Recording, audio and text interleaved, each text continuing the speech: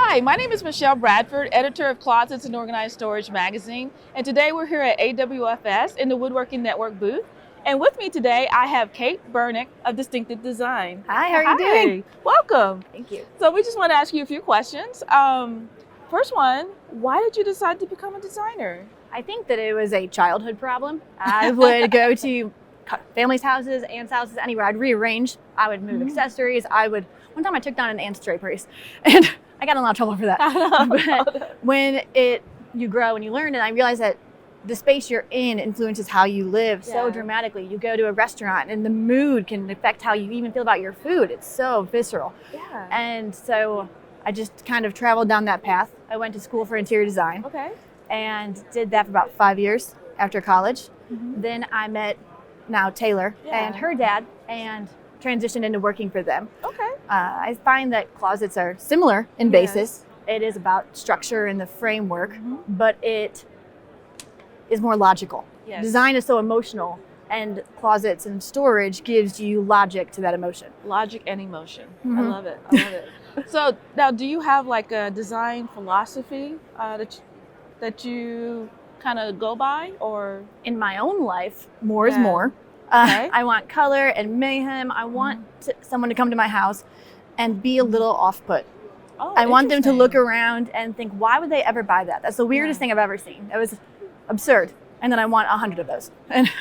Is it so they can ask you about it, or like? I just want to sort of evoke emotion. Okay. I think that people go so often with a clean white box and they don't want to live, but I want our life to be a reflection of us and the passion we feel and the things we find on vacation and tell our story.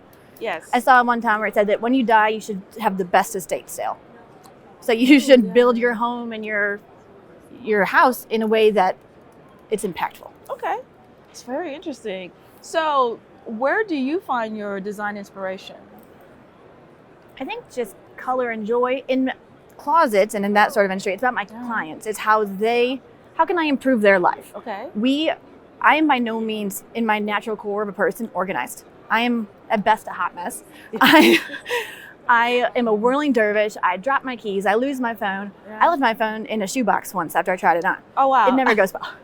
And so I hope you got it back. I did. Okay. Find my iPhone's a gift. So I need to have systems in place so that I can function, so I can be nice to my kids and I can be nice to the family and we can find batteries and I don't lose it. And so it gives people that grace. If your kids walk in the door and they have a spot to put their shoes, then they know what to do. People are trainable. You just have to give them the tools to function. And I think that storage does that and good design does that. Okay. So do you have like a favorite room of the house to design? I mean, obviously it might be the closet, but any other room? I sort of think the entry. Oh, interesting. I just think because that is what can cause, if you walk in your house and there is stuff everywhere, you come home and you feel fired up. Yeah. You know, like your kids' shoes, you trip over those, there's a backpack, there's a hat, there's a baseball bag. You're angry. I don't want their stuff. I don't want it everywhere. And we all have stuff. So how do you hide it? How do you make it manageable? Okay. Every day the kids will bring home papers from school. So put a drawer where they can file it. I don't have time every day to go through their paperwork and assess how well they colored. Okay. But I have a drawer so that way at the end of the week we can circle back around to it. Okay. It gives life. Okay. One of the other questions I have is, are there any like cultural influences that are impacting design today that you think? I think that we're at a really interesting point of design where I think at a lot of times through history, and I could be wrong, but you look at the 90s and every mom had a red accent wall. They had a big Tuscan thing. And then I think that we are at a point where the influence and the availability of the internet, it was so dominated by one or two magazines before, and that influenced everything. And now there is this cultural fluidity. That's where true. You can be a maximalist, you can be a minimalist, you can be anything. You can go to 100 different houses in a small town and they're all a little different. And I like that. I think that it's just we're at a good point where knowledge is so available and information is so good. And I think fashion and design are married. And I think it's like that. Like you look at the 50s and people wore a cigarette pant. And whether or not a cigarette pant looked good on you, that's all you could buy. And right now we have where you can buy a flare, you can buy a wide leg, you can do a crop, you can do an insane anything. Or bell bottoms. They are all there. And so we're at a good point where people get to be people and it's, I don't know, I think that design mimics that. Okay. I love that. Well, one of my last questions for you is, what's your favorite thing to do in your spare time? I think these my kids. Yeah. They're really funny. Yeah. So that, or my husband and I love to just go explore. We go to a new city, we will wander, we go out to eat, we have a drink at a bar, we grab an appetizer, we just wander. We go through an art museum. Anytime we're in a new city, we need to go to an art museum. Or a house project. I really love a house project. Okay.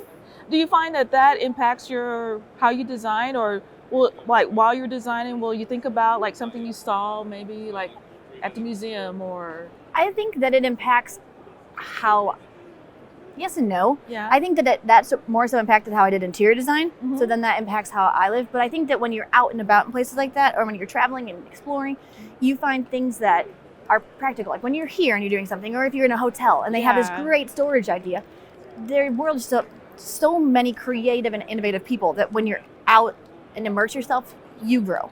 Yeah, that's true. Okay. Well, I think that's all I have today. Thank you so much for joining me, Kate. Thank you for having me. Thanks.